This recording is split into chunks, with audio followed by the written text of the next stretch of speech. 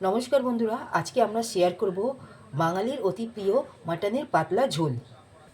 এখানে আমরা গ্যাসের ওভেনটা প্রথমে অন করে নিয়েছি। অন করে নেওয়ার পর এখানে কড়াটা বসিয়েছি। এবার আমরা তেল দিয়ে দেবো। এই মাটনের পাতলা ঝোলটা আমরা সম্পূর্ণ সরষের তেল দিয়ে তৈরি করব। কড়াটা এখানে আমাদের গরম হয়ে গেছে, আমরা এখানে তেলটা দিয়ে দিলাম। এখানে আমরা মাটন আলু পাতলা ঝোল তৈরি করার জন্য এখানে 4 পিস আলু নিয়েছি, ভালো করে কেটে পরিষ্কার করে ধুয়ে নিয়েছি। তেলটা আমাদের এখানে গরম হয়ে গেছে, এক এক করে আমরা আলুগুলো দিয়ে দিলাম। এখানে আমরা 1 চামচ প্রথমে লবণ দিয়ে দিলাম, 1 চামচ হলুদের গুঁড়ো দিয়ে দিলাম। দিয়ে আমরা আলুটাকে হালকা লাল করে আমরা ভেজে নেব।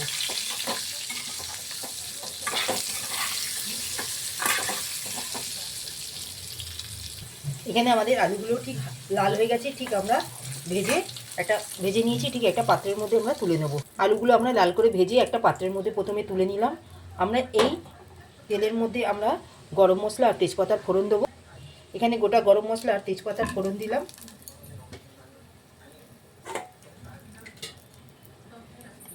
এখানে চপ করে রেখেছিলাম একটা বড় সাইজের পেঁয়াজ, সেটা আমরা দিয়ে দিলাম।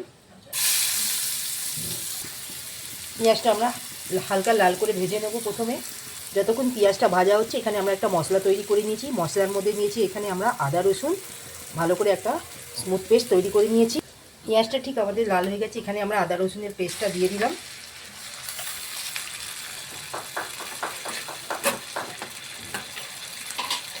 সাথে আমরা এখানে হলুদ গুঁড়ো লঙ্কা গুঁড়ো দিয়ে দেবো।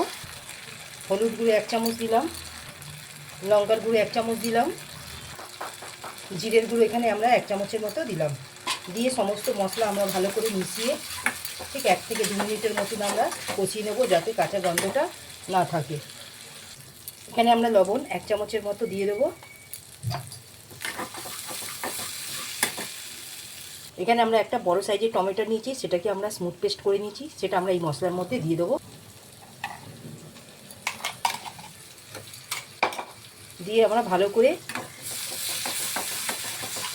কষিয়ে নেব। এখানে আমরা ধুয়ে রাখা মাটনগুলো নিয়েছি, সেগুলো আমরা দিয়ে দেবো।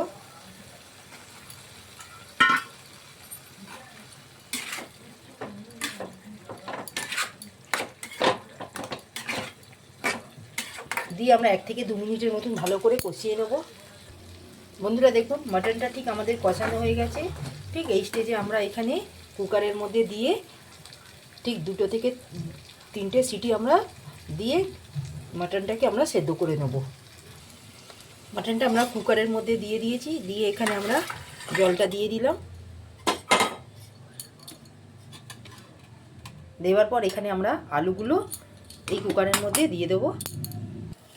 বন্ধুরা দেখুন, এখানে আমরা আলুটাও দিয়ে দিয়েছি মাটনের সঙ্গে। দিয়ে আমরা কুকারের ঢাকনাটা বন্ধ করে এখানে আমরা 2খানা সিটি আমরা দিয়ে মাটন আলুটাকে ভালো করে আমরা সেদ্ধ করে নেব। বন্ধুরা ঠিক 2টো সিটি দিয়ে দিয়েছে, আমরা এবার ঢাকাটা খুলে একবার দেখে নেব।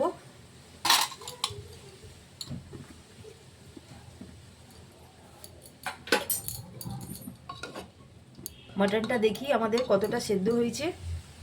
বন্ধুরা দেখুন, ঠিক সেদ্ধ হয়ে গেছে। ঠিক এই স্টেজে আমরা এখানে গ্যাসের ফ্লেমটা অফ করে দিয়ে একটা পাত্রের মধ্যে ঢেলে নেব। বন্ধুরা দেখুন, আমাদের এখানে মাটন আলু দিয়ে পাতলা ঝোল তৈরি হয়ে গেল। যদি আমাদের এই রেসিপিটি আপনাদের ভালো লাগে, আপনারা আমার চ্যানেলে লাইক সাবস্ক্রাইব শেয়ার করবেন, পাশে থাকবেন, কমেন্টে জানাবেন। আজকের মতন আমরা এখানে ভিডিওটি সমাপ্ত করলাম। নেক্সট ভিডিওতে নতুন রেসিপি নিয়ে আসবো। ধন্যবাদ।